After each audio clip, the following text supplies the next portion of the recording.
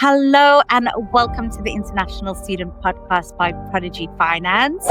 I just wanted to, get a master's degree. I wanted to upgrade my skills a little bit, completely relocate my life. There comes a time where imposter syndrome hits you and you're just like, you know what? I need to try harder. And from a 6 month of getting nothing period to getting to internships in 1 week, like it just gave me confirmation that I am capable of doing this. Be intentional, just say yes, you will learn so much from them. There's already so much you have to handle in the first month. So not having to worry about your fee is like the best blessing there is. Hello and welcome to the International Student Podcast by Prodigy Finance. I'm your host, Cyndi, and today we have someone really special join us. We have Mihika join us from Newcastle University. She's just graduated from her master's at Newcastle University, and she's here today to share her study abroad journey with us. Welcome to the show, Mihika. Thank you. Thank you so much. This is really exciting because typically we speak to students who have graduated a really long time ago, who have studied many years ago. But with this episode, it's really exciting to have someone who's just finished their studies. So tell us a little bit about yourself, Mihika. Sure. So, just as you mentioned, I've just finished my master's. So, I studied an international marketing master's at Newcastle University, and in a month I'll be graduating. So, it's all really, really exciting. Beyond that, I am from India. I'm from New Delhi, India. So, I've already got a few years of work experience back home. I was in the branding and communication side of things. I worked in an agency. I've worked on brand side of things, and I just wanted to, get a master's degree. I wanted to upgrade my skills a little bit because I know the kind of roles that I'm looking out for require a little more from me. And I think the best way for me to sort of push myself and upgrade was to completely relocate my life and just make sure that it's I'm doing everything on my own. And so I think just coming to the UK, doing a master's degree fresh is just it's been a really exciting thing for me. Do you feel now, after your classes have ended and you're just about to graduate, that you have achieved that you've gained those skills and you've gained that knowledge and you've really challenged yourself while studying? Honestly, I think it's a little more than that. I think the way that I viewed it before was just, I'll have a master's degree, I'll meet those set criteria of skills that I really need, and then it'll be like an easy step way into the future. But now I see it as more, it's like a stepping point. I'm learning each skill as I go, and within each role or within each specific task that I do, I'm learning more. So it's not like I finished my master's. Yeah, now I'm qualified enough to be in a specific role. There's still more learning. So I think definitely it has helped me upgrade the way that I wanted, but I'm also aware that it's not, just done and dusted. There's more to keep learning for sure. Yes, you never stop learning. You could talk to us about your experience at Newcastle University since it's still fresh in your mind. You're still in the UK at the moment as we speak. What has been the highlight of your study abroad journey so far? Wow, that's like a very loaded question. I think the highlight of my study abroad journey would probably just be the fact that, I was able to, I think, land one of my first internships back in July. And there was like a point in, the entire study journey where I was just focused on academics and I was not really applying for internships or not getting internships because the whole process is uh, yeah, but pretty challenging. So there was like a point where everyone around me was just getting internships, getting part-time jobs, getting, opportunities that I really wanted.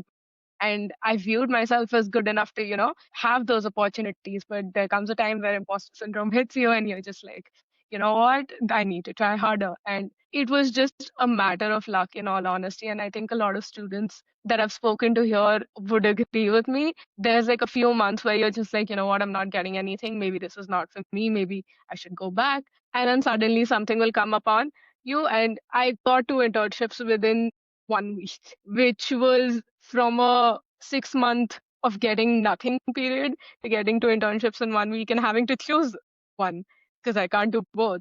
Like it just gave me confirmation that I am capable of doing this and I really wanted to do it. So it was just the reassurance that, you know, the UK market may be difficult, but I am strong too. Amazing. And tell us about the internship, Amika. I think this is very interesting for international students to know the importance of an internship while studying abroad. Talk to us about the one that you landed and maybe just sort of why it was really important for you to land an internship. Absolutely. So I think for me, what I had noticed was just our course curriculum was, of course, great within itself. But for a lot of students, because our ultimate goals are sort of to land jobs in the UK, we sort of wanted to make sure that we have, a head start. We get internships so that the skills that we already have are transferable within like within the job that we apply to, and that happens through an internship. So it was just a way for us to prove that while we're good in maybe the Indian market or wherever we come from, we're just as good in the UK market as well. So I think internships for recruiters and for students particularly sort of prove that. So I think that was one of the major reasons why I wanted to get an internship. And I wanted to work, to be very honest. I love studying. I loved studying marketing as a theory. But as someone who's been in projects long enough, I need something to, pitch to a company. So I was just like, you know what, I want to keep applying. So yeah, just the internship that I got, I'm very, very grateful to the Newcastle University Business School because we have a careers website and we have a careers team that sort of facilitates internships to you. And I had applied to the Grand Hotel, which is a hotel here in Bosworth in Newcastle, and it's a legacy hotel. It was a very big deal for me, and so they needed someone to manage their social media and their overall marketing, and it essentially needed an upgrade because they ran as a legacy hotel, but they haven't shown that online yet. So I was just sort of taking the lead on working on that. Wow, that's incredible. And does this then allow you to stay in the UK and work? Does having the internship continue or does it come to an end once you've graduated? How does that work? So there are different rules for, your visa restrictions have sort of come into play here. So I'm currently on a student visa, and most of the students who would apply would also be here on a student visa, which allows us 20 hours of work time during our term time, which is when our course is going on. And once our course is over, it's approximately 40 hours, depending on, what it's like a vacation or a bank holiday or something like that. So it ranges on that sort of restriction. So for me right now, because my graduation is around the corner and I've technically graduated, so I can work up to 40 hours on my visa, currently student visa, and then I would be applying for a post-study visa. Great. And why did you specifically choose the UK? I mean, this is so interesting because when I chat to other international students, particularly students from India, the US has always seemed to be a go-to destination for an international student. I'm seeing more international students exploring the UK as a place of great opportunity. What was the reason why you chose the UK? Honestly, for me, UK was sort of a no-brainer. For me, this is honestly such a throwback. Since I was like 13 years old, I loved the UK. I kept seeing London and, other UK cities just pop up on my feed. And it always looks like something I wanted to like live, but I only thought I would probably visit these areas sometime. But I mean, circumstances sort of gave me the push to, apply abroad. And I mean, UK was like a no-brainer. My sister here lives in London, so for me, it's like, you know what, this is like a reunion for us, and this is how I want it.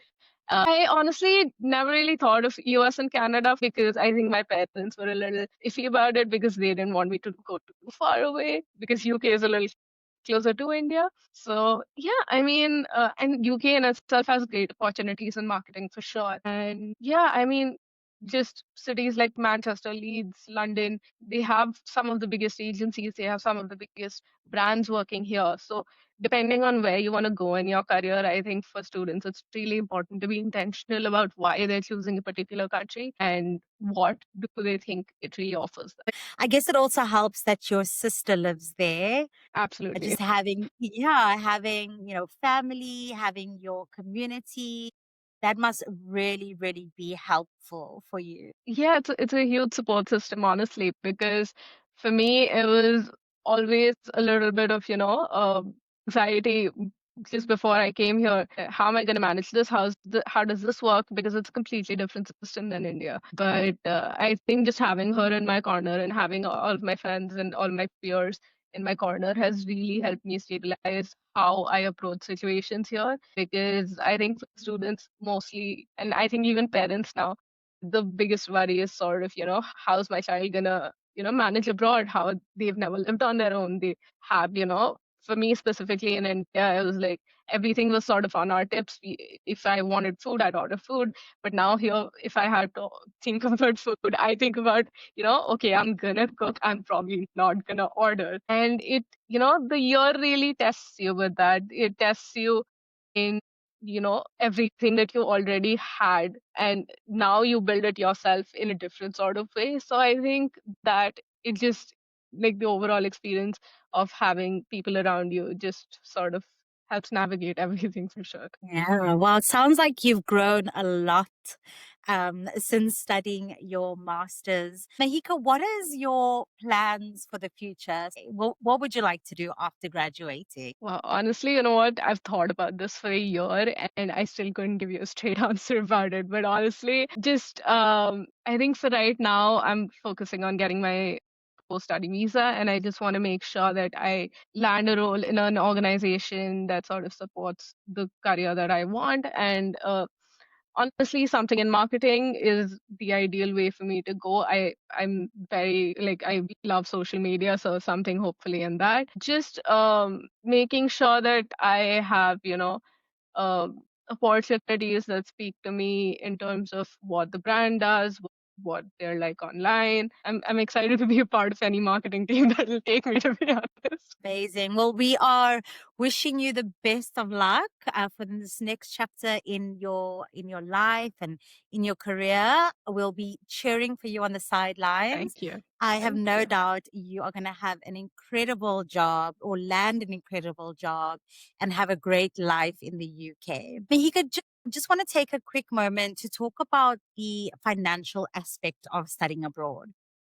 How did you hear about Prodigy Finance? And what made you choose to take a loan with Prodigy Finance?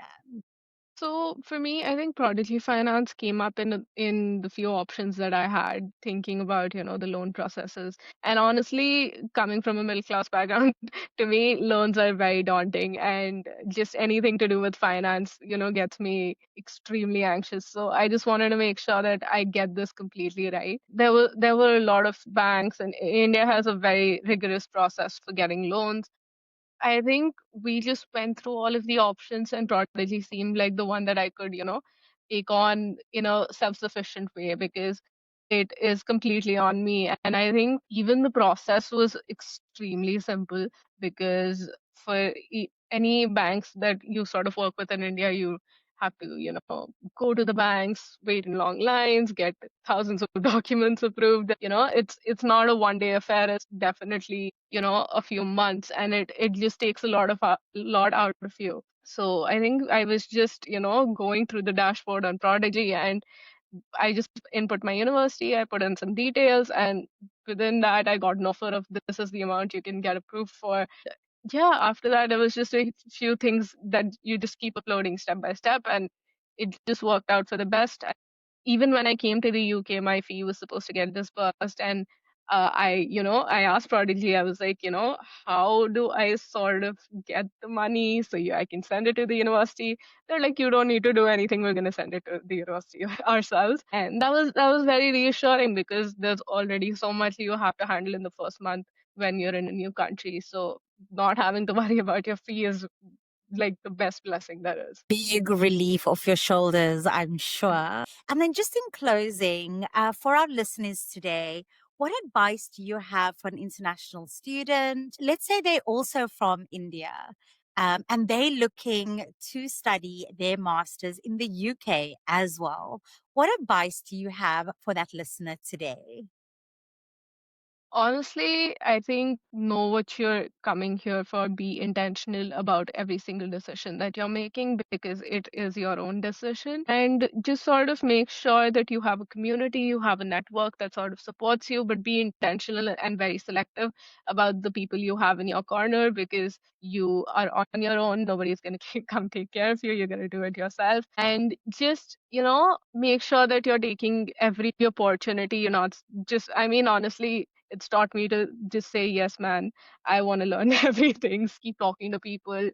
Don't let, I think for Indians specifically, we get really nervous about talking to people who aren't from our country. So I think push yourself to sort of talk to anyone and everyone because you will learn so much from them. Just make sure that you are understanding where they're coming from because you're in a completely different country. This is not your territory. You have to make sure that you understand all people and make sure that you're comfortable around them and they're comfortable around you. I think it really is some great advice to just really immerse yourself in the experience and network and meet different people. So, thank you so much, Mahika, for joining us, for sharing your experience with us. We wish you all the best with this next chapter in your life as you graduate and immerse yourself in life after graduation. We wish you all the best.